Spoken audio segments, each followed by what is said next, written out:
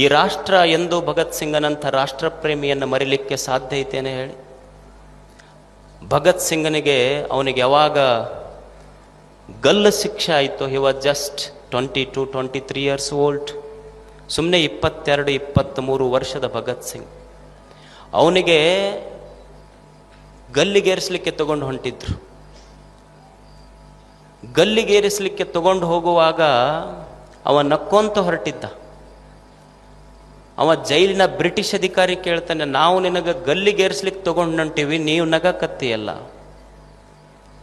ಅವಾಗ ಭಗತ್ ಸಿಂಗ್ ಅಂತಾನೆ, you are fortunate to be here. ನೀನು ಬಹಳ ಪುಣ್ಯ ಮಾಡಿ ನೀ ಇಲ್ಲಿ ಇರಬೇಕಂದ್ರೆ. ಯಾಕಂದ್ರೆ ಭಾರತದ ರಾಷ್ಟ್ರ ಪ್ರೇಮಿಗಳು ಎಷ್ಟು ಉತ್ಸಾಹದಿಂದ ಸಾವನ್ನ ಅಪ್ಪಿಕೊಳ್ಳಿಕ್ಕೆ ಹೋಗ್ತಾರ ಅನ್ನುವ ನೋಡುವ ದೃಶ್ಯ ನಿನ್ನ ಕಣ್ಣಿಗೆ ಸಿಗ್ತದಲ್ಲ. ವಿದ್ಯಾವತಿ ಭಗತ್ ಸಿಂಗನ ತಾಯಿ ಬರ್ತಾಳೆ. ಯಾವ ಸಂದರ್ಭದಲ್ಲಿ ಅಂದರೆ, ಯಾವ ಸಂದರ್ಭದಲ್ಲಿ ಭಗತ್ ಸಿಂಗ್ ಗಲ್ಲಿಗೇರ್ಲಿಕ್ಕೆ ಹೊಂಟಿದ್ದ, ಅವಾಗ ಭಗತ್ ಸಿಂಗನ ತಾಯಿ ಬರ್ತಾಳೆ. ಮಗ ನೇಣಗಂಬಕ್ಕೇರ್ಲಿಕ್ಕೆ ಹೊಂಟಾಗ ತಾಯಿಯ ಹೃದಯ ಹಾಗಾಗಿರಬಾರದು. ತಾಯಿ ಕಣ್ಣೀರು ಹಾಕ್ಲಿಕ್ಕೆ ಶುರು ಮಾಡುತ್ತಾಳೆ. ಭಗತ್ ಸಿಂಗ್ ಅಂತಾನ, ತಾಯಿ ಅಳುವುದನ್ನು ನೋಡಿ ಭಗತ್ ಸಿಂಗ್ ಅಂತಾನ, ಜಗತ್ತಿನೊಳಗೆ ಯಾವ ಮಕ್ಕಳ ತಾಯಿ ಆದರೂ ಹತ್ರ ಅಳಲಿ, ನನಗೆ ಏನೂ ಅನಿಸೋದಿಲ್ಲ. ಭಗತ್ ಸಿಂಗನ ತಾಯಿ ಕಣ್ಣಾಗ ನೀರು ಬರಬೇಕಾ? ಈ ಜಗತ್ತಿನೊಳಗೆ ಯಾವ ತಾಯಿ ಆದರೂ ಅಳ್ಳಿ ಪ್ರಶ್ನೆ ಇಲ್ಲ, ಆದರೆ ಭಗತ್ ಸಿಂಗನ ತಾಯಿ ಕಣ್ಣಾಗ ನೀರು ಬರುವುದಾ?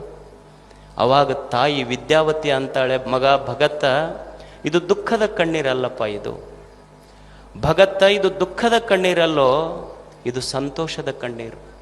ನನ್ನ ಗರ್ಭದ ಮೇಲೆ ನನಗೆ ಸಿಟ್ಟಾಗಿ ಬಂದ ನೋವಿನ ಕಣ್ಣೀರಿದು. ಯಾಕಂದ್ರೆ ನನಗೆ ಯಾಕೆ ದುಃಖ ಆಗೈತಿ, ಕಣ್ಣಾಗ ಯಾಕೆ ನೀರು ಬಂದೈತಿ ಅಂದ್ರೆ, ಈ ಗರ್ಭಕ್ಕೆ, ವಿದ್ಯಾವತಿಯ ಗರ್ಭಕ್ಕೆ ಭಗತ್ ಸಿಂಗನಂಥ ಒಬ್ಬನೇ ಮಗನನ್ನ ಹೆರಿಗೆ ಮಾಡುವಂಥ, ಗರ್ಭಧರಿಸುವಂಥ ಶಕ್ತಿ ಬಂತೆ ಹೊರತು ಅಕಸ್ಮಾತ್ 10 ಮಂದಿ ಮಕ್ಕಳು ಭಗತ್ ಸಿಂಗನಂಥವ್ರು ಹುಟ್ಟಿದ್ರೆ 10 ಮಂದಿಗೂ ದೇಶ ಸೇವಾ ಸಲುವಾಗಿ ಕಳಿಸ್ತಿದ್ದೆ ನಾನು ಅಂತಾಳೆ ವಿದ್ಯಾವತಿ. ಅವಾಗ ಭಗತ್ ಸಿಂಗ್ ಅಂತಾನೆ, ಈ ದೇಶದ ಯಾವ್ಯಾವ ಮನೆಗಳಲ್ಲಿ ವಿದ್ಯಾವತಿ ಅಂತ ತಾಯಿ ಇರ್ತಾಳ, ಅಂಥ ಮನೆಗಳಲ್ಲೆಲ್ಲ ಭಗತ್ ಸಿಂಗನಂಥ ಮಕ್ಕಳೇ ಹುಟ್ಟುತ್ತಾರ. ಇದು ರಾಷ್ಟ್ರ ಪ್ರೇಮ ಅಲ್ಲಿ. ಎಲ್ಲವನ್ನು ತ್ಯಾಗ ಮಾಡಿ ಈ ದೇಶಕ್ಕಾಗಿ ಅವರು ಋಣ ತೀರಿಸಲಿಲ್ಲೇನು? ಹಾಗೆ ಮನುಷ್ಯ ದೇಶಕ್ಕಾಗಿ, ಧರ್ಮಕ್ಕಾಗಿ, ಸಮಾಜಕ್ಕಾಗಿ ಒಂದಿಷ್ಟು ಕೊಡುಗೆ ಕೊಟ್ಟು ಹೋಗಬೇಕಾಗ್ತದೆ.